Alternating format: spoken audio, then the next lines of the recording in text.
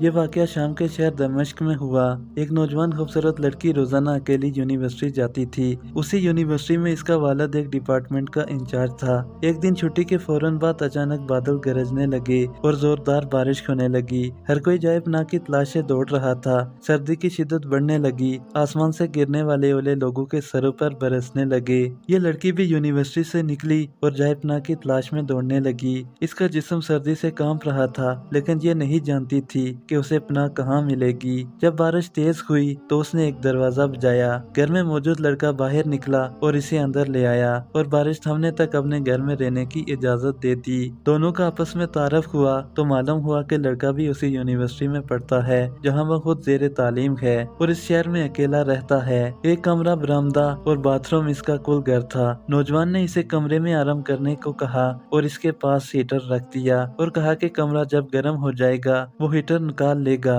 تھوڑی دیر لڑکی بستر پر بیٹھی کانپتی رہی۔ اچانک اسے نیند آ گئی تو یہ بستر پر گر گئی۔ نوجوان ہیٹر لینے کمرے میں داخل ہوا تو اسے یہ بستر پر سوئی ہوئی لڑکی جنت کی حوروں کی سردار لگی۔ وہ ہیٹر لیتے ہی فوراً کمرے سے باہر نکل گیا، لیکن شیطان جو کہ اسے گمراہ کرنے کے موقع کی تلاش میں تھا اسے وسوسے دینے لگا۔ اس کے ذہن میں لڑکی کی تصویر خوبصورت بنا کر دکھانے لگا۔ تھوڑی دیر میں لڑکی کی آنکھ کھل گئی۔ جب اس نے اپنے آپ کو بستر پر لیٹا ہوا پایا تو ہڑبڑا کر اٹھ گئی اور گھبراہٹ کے عالم میں بے تحاشا باہر کی طرف دوڑنے لگی۔ اس نے برآمدے میں اسی نوجوان کو بے ہوش پایا۔ وہ انتہائی گھبراہٹ کے عالم میں گھر کی طرف دوڑنے لگی اور پیچھے مڑ کر بھی نہ دیکھا، یہاں تک کہ اپنے گھر پہنچ کر باپ کی گود میں سر رکھ دیا جو کہ پوری رات اسی شہر کے ہر کونے میں تلاش کرتا رہا تھا۔ اس نے باپ کو تمام واقعات منوان سنا دیے اور اسے قسم کھا کر کہا کہ میں نہیں جانتی جس عرصہ میں میری آنکھ لگی کیا ہوا، میرے ساتھ کیا کیا گیا، کچھ نہیں پتا۔ اس کا باپ انتہائی غصے کے عالم میں اٹھا اور یونیورسٹی پہنچ گیا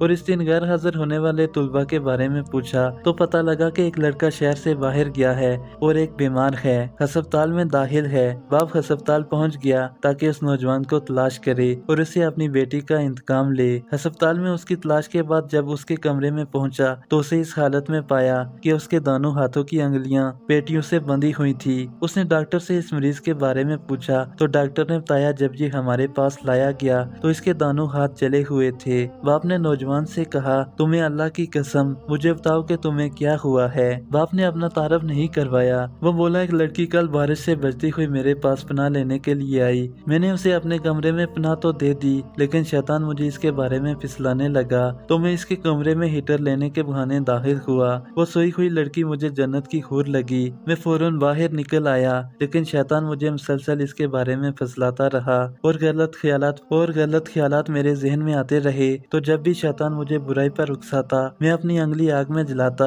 تاکہ جہنم کی آگ اور اس کے عذاب کو یاد کروں اور اپنے نفس کو برائی سے پاس رکھ سکوں، یہاں تک کہ میری ساری انگلیاں جل گئی اور میں بے ہوش ہو گیا۔ مجھے نہیں پتا کہ میں ہسپتال کیسے پہنچا۔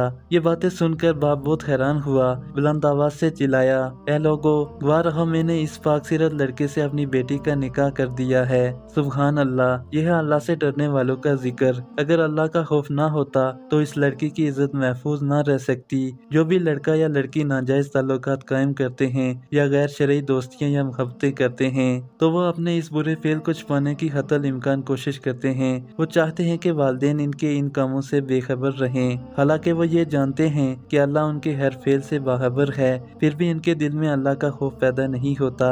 ایسا کیوں ہے؟ کیونکہ والدین نے بچپن سے ان کے دل و دماغ میں اللہ کے خوف کے بجائے اپنا ذاتی خوف، رعب و دبدبہ، سزا کا ڈر ہی بٹھایا ہے۔ اس لیے آج وہ اللہ سے بے پرواہ ہو کر والدین سے چھپ کر گناہوں کا ارتکاب کرتے ہیں، اور ایسے بھی والدین ہیں جنہوں نے اپنی اولاد کی تربیت خوف خدا پر کی تو ان کی اولاد نے بھی ہمیشہ برائیوں سے اپنے آپ کو باز رکھا۔